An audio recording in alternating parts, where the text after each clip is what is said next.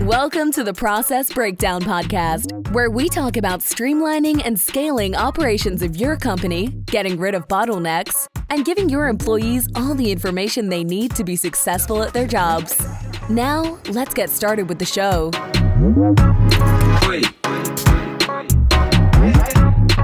All right, John Corcoran here, co-host of the Process Breakdown Podcast, where we talk about streamlining and scaling operations of your company, getting rid of bottlenecks, and giving your staff everything they need to be successful at their job. Some of our past guests include David Allen of Getting Things Done and Michael Gerber of The E-Myth and many more. And this episode is brought to you by Sweet Process. Have you ever had team members ask you the same questions over and over again? And it is like the 10th time you spent explaining it. Well, there's a better way. There's a solution. Sweet Process is a software that makes it drop dead easy to train and onboard new staff and save time with existing staff. Not only do universities, banks, hospitals, and software companies use them, but first responder government agencies use them in life or death situations to run their operations. You can use Sweet Process to document all the repetitive tasks that eat up your precious time so you can focus on growing your team and empowering them to do their best work. You can sign up for a free 14-day trial, no credit card required. Go to sweetprocess.com. Sweet like candy, that's SWEET process.com. All right, so my guest here today is Rhys Green. He's the co-founder and CEO of Trailblaze Partners out of Vancouver, Canada. And we're going to be talking about how scale starts with culture and accelerates by simplifying. That's the topic we're going to focus on. But first, Rhys, I'll turn it over to you and just tell us a little bit about, who you are and what your company does, what types of clients that you work with. Hey, thanks, John. Appreciate you having me here, man. It's a pleasure to be here, and you nailed the name of our company there. So thanks for getting that one right. So we predominantly work with companies who are really people heavy. So retail, home services, trades, hospitality, those types of industries where you've got a lot of frontline people talking directly to customers, and because their business is people, their number one problem tends also to be people. So that's the kind of stuff that we work on with them, is helping them to engage their people, build a culture that is both caring and high performance, and delivers the results that they need ultimately. It's interesting to put that effort on culture, and then that's going to help with the operations and systematizing and all that. So I want to dive into that. Now, you cut your teeth at 1-800-GOT-JUNK, which is a kind of a famous business story. They went from a couple $1 million in revenue to over $100 million in revenue in, I want to say like a 4 or 5 year period or something like that, and way beyond it after that. What was that experience like working at 1-800-GOT-JUNK? What did you learn from that experience where you're working with people who are out in the field, going out in trucks, picking up junk and moving it? Yeah. That was a great ride. I feel really lucky to have had the time at 1-800-GOT-JUNK, and actually O2E Brands, which have a couple of other brands under them now as well.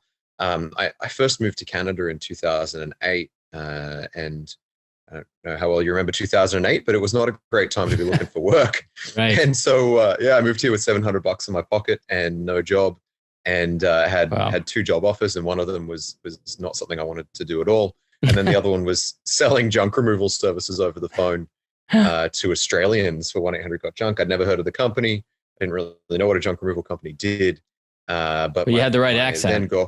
Yeah, exactly. I had the right accent. That was probably why I got hired. But my then girlfriend, now wife, convinced me that the training was great at 1-800-GOT-JUNK. She'd heard good things. And so I took the job and ended up spending the best part of 10 years with the organization, and did a whole bunch of different roles, from sales to sales leadership. I was the general manager for a couple of franchises in Australia, Brisbane and Gold Coast for a few years, led strategy and execution, call center operations, field operations, 9 titles in 10 years, a whole bunch of stuff. And wow. It was a great ride. And I know you say working with guys and girls in the field that were picking up junk and dirty stuff. Well, I was one of those guys. The franchise that I ran was quite small at the time, and so I remember some pretty gross jobs. But it's certainly a fun gig. Now, there's a lot of companies, especially larger companies, that you have these regimented roles where people are in different silos doing different jobs. But in that situation, you had people in the field who have to also do sales and they have to move junk. Is that how it worked? And how do you teach processes and systems for people that have to balance those different roles and be good at both? Yeah, that's right. I mean, it's a tough role, the truck team member role, and it's not one you see out there very often. You nailed it in that it's a on the road sales gig, and when you do the sale, when you do a really good job selling it, you get to pick up some gross stuff. Now, it's not always gross. Right. The reward's not always gross stuff. Sometimes it's just a couch or an old mattress or something. But yeah, in terms of training and leadership for those types of roles, what we would look for is someone who's a people person first. Always look for someone who could connect easily with the customer on site. And we figured the rest of the more technical side of the job, we could teach and build systems and process around. For example, the pricing system is quite simple in 1-800-GOT-JUNK. It's fractions of a truck. And we would always make sure that they had a laminated price list in their hand. This is before tablets, but they'd have a laminated price list in their hand. So it was it was easy to pick out. This is what it looks like. Here's the size of stuff that we've got, and this is the price that it's going to be. And even down to sorting stuff. You simplify, right? Making sure that you get the right metal in the right place. The metal like copper or the stuff that's worth a little bit more at the recycler, a magnet will stick to. And so we just put a magnet in the pocket of all of our guys, and you check the metal with a magnet, and if it sticks, then you put it to the side. If it doesn't, you put it to this side and you're good to go. So it's about simplifying and keeping the rules really easy to follow from a technical perspective. Now, you say scale starts with culture. How do you build culture where you've got a company where guys are in trucks off-site, not at a company headquarters, so they're separate much of the time? How do you build a great culture with that type of context? Yeah, I think one of the keys to that is having a really strong onboarding process and making sure that as you're going through interviews, you're looking for culture fit in terms of core values and all the things that we know make up culture.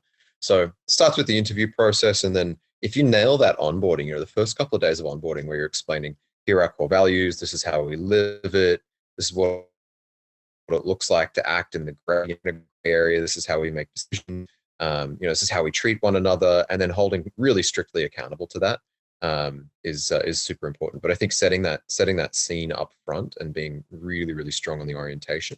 I think the other thing is for people who work, everybody's remote now, almost everybody's remote now. And there's a lot of people who are in a remote environment for the first time. And when I first led in a remote environment, one of the hardest lessons I learned was that when there's smoke, you should investigate immediately. When you're in a local environment, if something goes a little bit wrong, someone pretty well, you can observe behavior fairly closely. And the investigation doesn't have to be too deliberate. But when you see a little bit of a rumbling of something going wrong in a remote environment, you've got to take it very seriously and jump right in there and do a thorough investigation right away. And so I think being a little more attuned to the indicators that something might be a little awry culturally, the culture fit's not quite what you thought it was when someone was coming through interviewing, is another important tactic. Now, what about, so for another role you had for 3 years, you were director of operations for You Move Me, which has a franchise model for moving companies. Now, I imagine that was challenging as well. You have different franchises in different locations. How do you unify them? How do you apply one culture to all these different, very disparate companies? Yeah.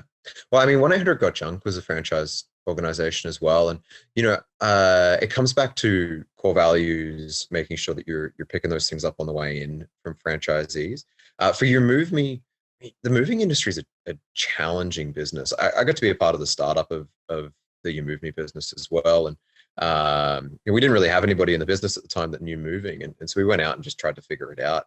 One of the things that struck me in the operations lead role, there was just how many opportunities you have on every move to fuck it up, excuse my language. But and it's a highly emotional process too. You're going through somebody's home, wow. You've got hundreds, if not thousands of their items. When you put it like that and you think about the stats, what are the odds that you're going to break something or something's going to go a little bit wrong. Especially compared to removing something that someone. Especially compared to removing the junk that they don't want, that they want you to just get rid of, versus their precious items that they want very carefully transported to the next location. It is so different. From the outside, it looks the same. It's two people in a truck in uniforms going to someone's house to move some stuff around. But the actual delivery of the service and what it means to create a fantastic customer experience, it's just so different. And so how did you hire different? Like, how did you find different people to perform those roles? Yeah, that's such a great question. In 1-800-GOT-JUNK, we looked for people who were, like I said, customer oriented. There's a lot of change. You do 8 to 10 jobs a day in 1-800-GOT-JUNK. So there's a lot of windshield time, and it's like a treasure hunt. You never know what you're going to find. You don't know what the next customer brings. In Move, you've got one job, maybe two in a really busy day. And so you're looking for people who are a lot more patient, a lot more detail oriented.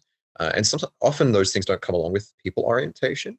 And so, we had to build more systems around how do you make a customer happy? How do you connect with the customer rather than the technical orientation on that one? So a lot of the training and orientation work was very different in the moving business to the junk business. Did it evolve a lot from the beginning in terms of the questions that you asked or the types of qualities you looked for when you were hiring? Yeah, it really did. Especially because most of the people involved in the moving business when we first launched were 1-800-GOT-JUNK people. We launched with a bunch of 1-800-GOT-JUNK franchisees, and I was coming from a junk background, and so were a few of the other people involved in the launch. And so we made a ton of assumptions that just turned out to be wrong. And we had to really quickly, or as quickly as we could, iterate. I think we probably could have done it quicker in retrospect, but we had to really quickly iterate the process and figure out which of the assumptions was going to fit and which of them wasn't going to fit. And we definitely made some mistakes along the way. I dealt with some pretty serious escalations from customers. I would imagine, yeah. And talk about that with, you mentioned that moving people is a complex thing. There's a lot of different parts. There could be thousands of different pieces. It could take a day or more to move everything. You have to maybe, I think of like a moving person in a truck, like kind of putting a jigsaw puzzle together to fit everything in there. Plus the emotions you have to deal with. But you say that, scale starts with culture and accelerates by simplifying. So how did you simplify that complex task of moving people? Yeah, again, such a great question. I'm also a franchisee for You Move Me, and have been for 6 or 7 years. And so I'd actually point at my managing partner, Patrick Ellison, who he figured out a lot of the simplification stuff along the way. But for us, it was about making sure we had the right tools, making sure that in the morning, everything was set up, ready to go. The right stuff was on the truck. It was not necessarily about making the process of packing a truck more simple than any other. Although we switched from cardboard cartons to plastic boxes to the reusable plastic boxes, and aside from being better for the environment, that has made packing the truck easier because it's more consistent. The sizes of the boxes. Oh, interesting. But yeah. I haven't seen that before. We just happened across that. That's like changing the way that the moving industry has been done for decades. Yeah, I don't know. I mean, there's other guys out there doing that, other guys and girls out there doing that. So I wouldn't claim that as our innovation. We just got lucky to stumble across it. But what I think we've done really well and where we've innovated on the process, like I said, it was simplification of the customer facing stuff, where we give our customers a plant at the end of the move to say thank you as a housewarming gift. And you don't have to be particularly oriented to walk up to a customer and say, hey, thanks for having me in your home. Here's a really nice gift. We really appreciate your time. Right. There's not a lot of charm or right. Yeah, anything required to go and do that. And so, the systemization on that business was really more around the customer facing stuff than actually how do we lift and load and put things in the truck. So talk about some of the clients that you've worked with more recently and ways in which you've taken these ideas that we're talking about, putting a good culture in place, simplifying give me some more examples of the more recent work that you've done with Trailblaze Partners. Yeah, sure. One of my favorite clients, and I haven't asked his permission to share details of. All right, we won't reveal who it was then. Okay. Yeah, he's a great guy, and he'll know who I'm talking about when I get into the story. But when I first joined the organization and started doing some project work with them, we started to look at their call center process. And the actual service delivery in that business is highly technical and high risk, because there's a lot of liability. If they get it wrong, there's a good chance of death or injury to the homeowner. And so the technical side of the business you really don't want to mess with. But on the customer facing side, they were making that process really complicated. They're asking the customer a lot of detailed questions about what was in their home, what the problem was, using technical jargon that, I still don't understand most of the jargon that they were using to begin with. And so where we really focused was on simplifying that customer-facing process, and taking the technical stuff that we were doing and just putting it in the back end. And what we did was we took what was a many question discovery process in the initial sales call. We turned that into 3 questions just to identify what type of inspection they need first, and then get somebody out on site. And the less information hasn't impacted the operations one bit, but the less arduous task of explaining what this person has in their home has certainly impacted the customer. And it's made hiring and training and all of the other parts that go into call center much easier. Interesting. And how valuable is it for someone like yourself to come in as an outsider with a fresh set of eyes to a business and look at the way that the operations are run and be able to say, why are you doing it this way? Why is it so complicated here? Why is it taking so long? How helpful is that kind of fresh set of eyes? Yeah. I have a vested interest in saying very helpful, but I'll I figured you'd say yes. Yeah. I'll tell you a quick story. So, obviously 10 years in one company, and I love solving problems, and I never really understood the value of consultants, but it looked like fun. It looked like fun going into other people's companies and helping them solve their problems. And so when I decided to leave and do my own thing, consulting was the path that looked like the right one for me. And so, I started to get into it, still not fully understanding what the value was. And now that I've done it and been in, 25, 30 odd companies over the last few years, and I cannot overstate how valuable it is to have fresh eyes. It's so easy to get bogged down in the weeds, particularly as an operations person. You're living in step-by-step process. And for the record, my background is in operations.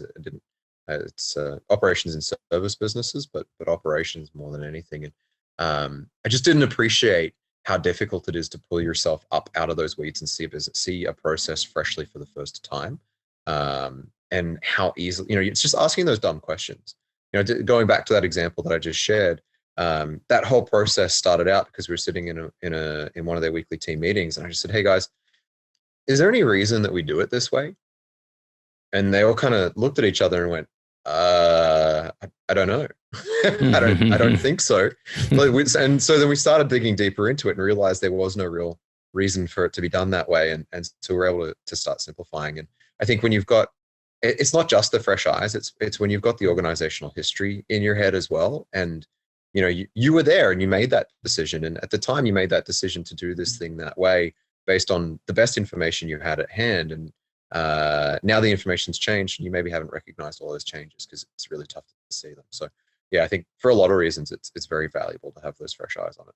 Right. And in addition, there may be political history to it. Well, someone fought some battle and they conceded, and this person won on this piece and they had ownership over this piece. And that's why everyone's gone along with it. So I imagine it's helpful also to have just an outsider, someone who's not been with the company for a while, can come in and who can make those types of observations. Yeah, absolutely. We sometimes get brought into organizations just to be the bad guy, just to be the change is known, the change that's needed is known. And we get brought in just to help rattle the cage and push people forward to see that the change needs to happen. Sometimes there's more credibility to an outside voice than an inside voice. And to your point, politics plays a part. There's a whole bunch of different influences, and we always go in with the assumption that the clients we're working with are smart people, and they've tried their best, and they've made the very best decisions that they can with the information that they had at the time. And we just tried to look at things from a slightly different perspective. And there's definitely value in that. Rhys Green, co-founder and CEO of Trailblaze Partners. Where can people go to connect with you or to learn more about what you do?